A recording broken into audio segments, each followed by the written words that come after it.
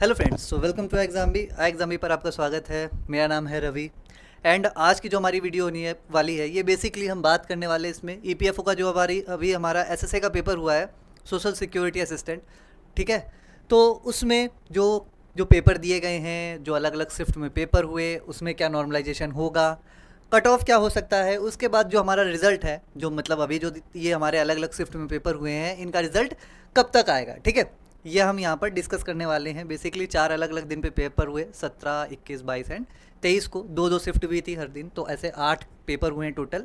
ठीक है, तो इन सब की बात हम यहाँ पर बेसिकली करेंगे अपनी वीडियो में। ठीक है, सबसे पहले तो एक चीज़ हमें यहाँ पर समझनी है कि ये जो हमारा डेटा होने वाला है, एक्सपेक्टेड कट ऑफ की बात कर लो या फिर जैसे कि यहाँ पर पेपर का लेवल कैसा था, ये एक शिफ्ट का नहीं है। जैसे कि पहले शिफ्ट का एनालिसिस मैंने खुद किया था, उसके बाद विक्रम सर, अश्विनी सर ने अलग अलग शिफ्ट का एनालिसिस किया।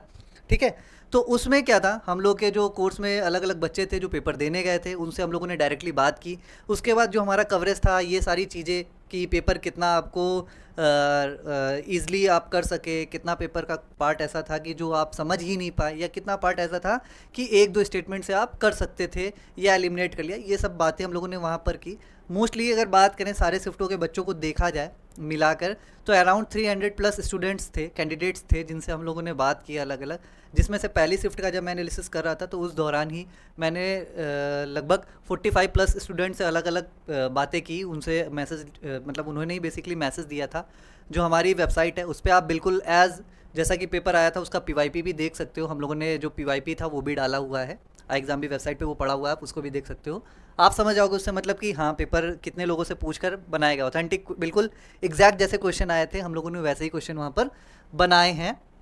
ठीक है, तो सबसे पहले बात करते हैं यहाँ पर, तो कौन कौन से फैक्टर्स ऐसे हैं जो हमारी जो कट ऑफ है उसको क्या करते हैं, इफेक्ट करते हैं, उसको प्रभावित करते हैं। ठीक है, सबसे पहले तो बात यहाँ पर होगी वैकेंसी की। भाई वैकेंसी की अगर पोस्ट, जैसे पोस्ट ही बहुत कम है, 100 पोस्ट है, तो फिर 1000 घोड़े भी दौड़ा लो, जीतेंगे तो केवल 100 ही, तो जाहिर सी बात है कट ऑफ तो ऊपर जाएगी जाएगी। लेकिन यहाँ पर पोस्ट का नंबर अच्छा था। ठीक है, मतलब अगर वैकेंसी की बात करें तो बहुत अच्छी वैकेंसी है, 2674।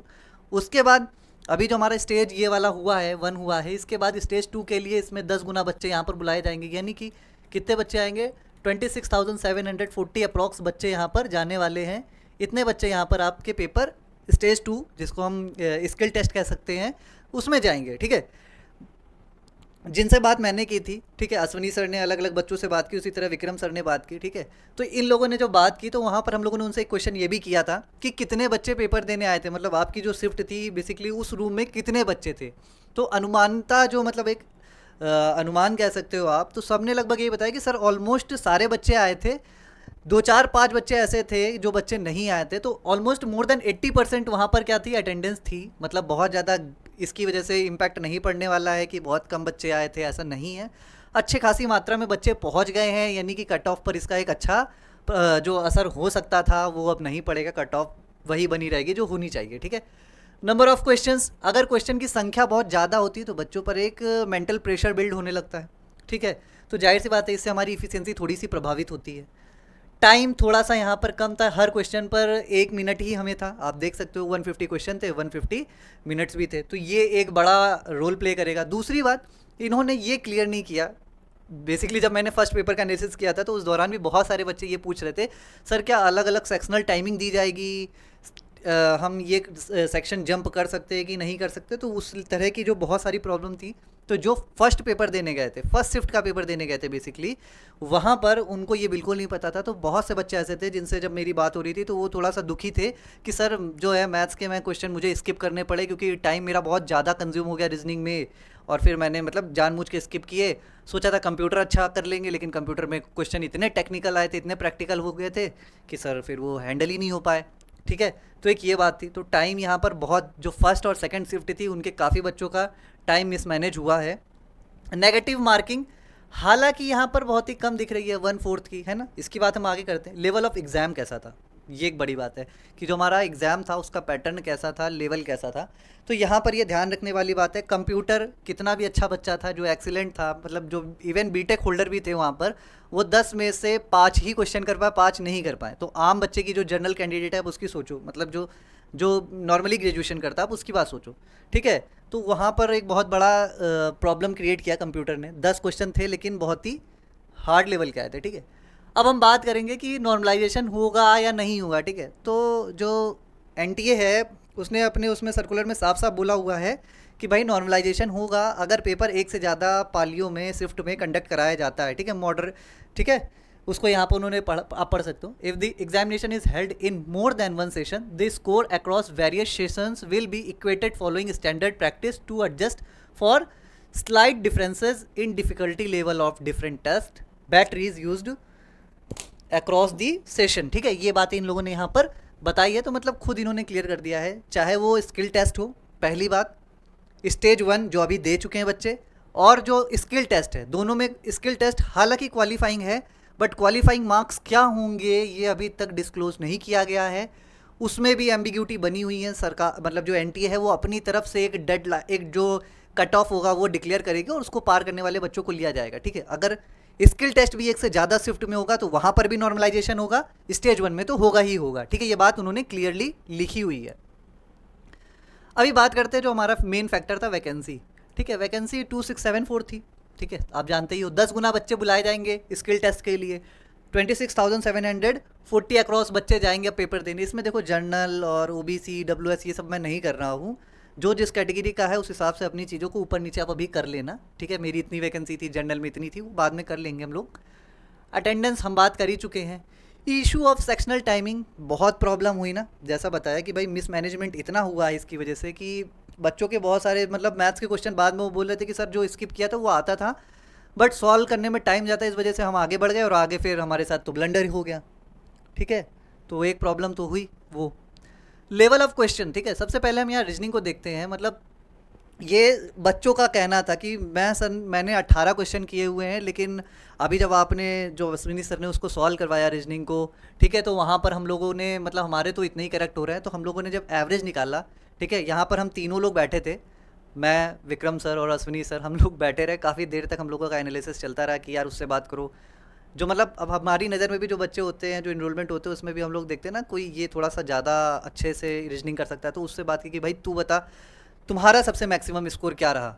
तो हम लोगों ने उनसे बात की, उस तरह से अलग अलग लोगों से बात की। जिसकी जी अच्छी थी उससे पूछा गया कि भाई आप अपना मैक्सिमम बताओ, तो फिर मैक्सिमम और मिनिमम के बीच का हम लोगों ने एवरेज निकालने का कोशिश किया। तो रीजनिंग में ये था कि यहाँ पर 30 में 15 क्वेश्चन एवरेज किए जा सकते थे। मतलब अच्छे जो मार्क्स हैं वो 15 क्वेश्चन है, ये जितने भी हैं सब क्वेश्चन हैं, तो इतने क्वेश्चन अगर आपने किए हुए हैं तो अभी आप सेफ़ हो। फिर जीए में अगर बात करें तो जीए में अगर किसी ने, जैसे किसी की रीजनिंग बहुत अच्छी रही, 18-20 क्वेश्चन गए, तो वो जीए में थोड़ा पीछे जा सकता है, ऐसा हम लोगों ने भी देखा। तो अगर आप ये 14 से लेकर 17 के बीच में आ रहे हो तो इट्स ओके, अच्छा है स्कोर, कोई दिक्कत नहीं है, घबराने की ज़रूरत नहीं है। प्रॉब्लम ये थी कि बड़े रैंडम स्टैटिक क्वेश्चन आए थे। मतलब स्टैटिक होता है कि एक सीक्वेंस में आए, रैंडम था, ठीक है, पूरी तरह से एकदम रैंडम था। अगर बच्चों को उतना फैक्ट नहीं आता तो वो छोड़ेंगे ही छोड़ेंगे, ठीक है। सारे क्वेश्चन वेबसाइट पे भी पड़े हुए हैं, मोबाइल पे भी हम लोग के पड़े हुए हैं। अभी मैं यहाँ पढ़कर नहीं सुना रहा हूँ आपको कि ये क्वेश्चन आया था, विम्बलडन आया हुआ था, नोवाक जोकोविच वगैरह वगैरह ऐसे करके क्वेश्चन आए थे, फर्स्ट फीमेल प्राइम मिनिस्टर, ये सारे क्वेश्चन थे चीज़ें, ठीक है। तो ये तो खैर ईजी था हालांकि। तो ऐसे क्वेश्चन उन्होंने वहाँ पर पूछे थे। उसके अलावा भी बहुत सारी चीज़ें थी, जैसे आसाम का जो नेशनल सॉन्ग है वो किसने लिखा है, ऐसा टाइप करके क्वेश्चन थे। फिर ट्रेडिशनल ड्रेसेस, हालांकि ट्रेडिशनल जो ड्रेसेस होती हैं वो हम लोग नॉर्मली नहीं पढ़ते हैं, जब बहुत ज़्यादा हाई लेवल का जीके करवाते हैं, स्टडी करवाते हैं, तब वो सारी चीज़ों को वहाँ कवर किया जाता है। क्वांट की अगर बात करें तो क्वांट की में जो सबसे बड़ी प्रॉब्लम हुई है कि टाइम बच्चे रीजनिंग और जो जीए था उस पर इतना खर्च कर दिए कि क्वांट के लिए फिर उन्होंने लगा कि यार अभी ये करेंगे तो बाकी वाले सेक्शन तो छू नहीं पाएंगे और फिर सेक्शनल कट ऑफ में बाहर हो जाएंगे, ठीक है। ये एक इशू था। तो उन्होंने क्वांट के क्वेश्चन में जितने मतलब उनको लगा जल्दी जल्दी करने वो किए, उसके बाद उन्होंने स्किप किए। ज़्यादातर बच्चों ने क्वांट के क्वेश्चंस को स्किप कर दिया है ड्यू टू लेंदी, कि वो लेंदी थे, थोड़ा सा टेक्निकल थे, लेकिन ईजी पेपर था, बावजूद उसको स्किप किया बच्चों ने। तो यहाँ पर अगर क्वांट में आपके 13 भी क्वेश्चन ठीक हो रहे हैं तो घबराने की ज़रूरत नहीं है, ठीक है। इंग्लिश में, इंग्लिश का देखो केवल पैसेज ही लेंदी था, बाकी सब अंशुमन सर ने बहुत से लोग बच्चों से बात किया। अंशुमन सर ने भी मतलब बेसिकली वो इंग्लिश की पूरा वो इंग्लिश देखते हैं, तो इंग्लिश में उन्होंने काफ़ी सारी रिसर्चेस की, अलग अलग बच्चों से बात की। देन उन्होंने बच्चों के अनुमान से मुझे बताया कि भाई इसमें जो 30 क्वेश्चन थे ठीक है, एंटोनियम, सिनोनियम, फिलर्स वगैरह, प्रीपोजिशंस रिलेटेड, ठीक है, फ्रेजल वर्ब रिलेटेड, ये सारी आसानी से, मतलब जो जो एसएससी की तैयारी कर रहा है, ठीक है, उसके लिए बहुत ज़्यादा हार्ड पेपर वहाँ पर नहीं था। ठीक है, क्वांट और रीजनिंग उसके लिए हार्ड थी, बट इंग्लिश उसके लिए उतना चैलेंजिंग नहीं था अगर पैसेज को थोड़ा साइड कर दे। पैसेज लेंदी था, इस वजह से टाइम टेकिंग था। ठीक है, फिर भी उन्होंने बोला कि 30 क्वेश्चन अगर उसने सही किए हैं तो अच्छा स्कोर है। कंप्यूटर पे अश्विनी सर ने बड़ा मन मार के बताया कि दुखी होते हुए कि भाई 10 में से अगर 4 क्वेश्चन भी पेपर में सही करके आए हो, उसके अलावा अटेम्प्ट नहीं किया है, तो इट्स ओके। ज़्यादातर बच्चे 3 क्वेश्चन में ही एकदम दुखड़ा रो दिए हैं कि मुश्किल हो रहा है। ठीक है, तो ये था, आप ये देख सकते हो अपना, इसके हिसाब से कैलकुलेट कर लेना। ठीक है, इसके हिसाब से आप कैलकुलेट करके जब निकालोगे तो 300 समथिंग कुछ स्कोर चला जाएगा। ठीक है, अभी प्रोबेबल कट ऑफ पे जब हम बात करेंगे ना, तो इसमें सबसे बड़ा जो इंपॉर्टेंट रोल अब प्ले करेगा, वो प्ले करेगा नॉर्मलाइजेशन एंड योर एक्यूरेसी। जब मैंने इसकी लास्ट मिनट टिप वाली वीडियो बनाई थी, तो एक बात मैंने वहाँ पर भी आपको बताई थी कि एक्यूरेसी बहुत इंपॉर्टेंट है।